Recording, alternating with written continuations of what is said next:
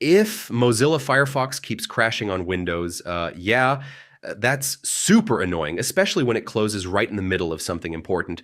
Don't worry, we'll fix it step by step. First, open Task Manager and make sure there are no stuck Firefox processes running. I mean, multiple hidden processes can cause repeated crashes. Next, restart your computer.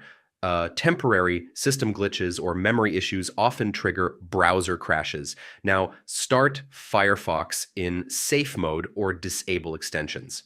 Yeah, a faulty add-on is one of the most common crash reasons.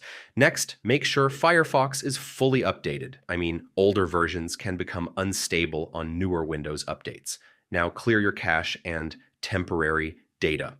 Corrupted cache files can make Firefox crash repeatedly. If it still crashes, refresh your Firefox profile. Yeah, this resets settings without removing your bookmarks.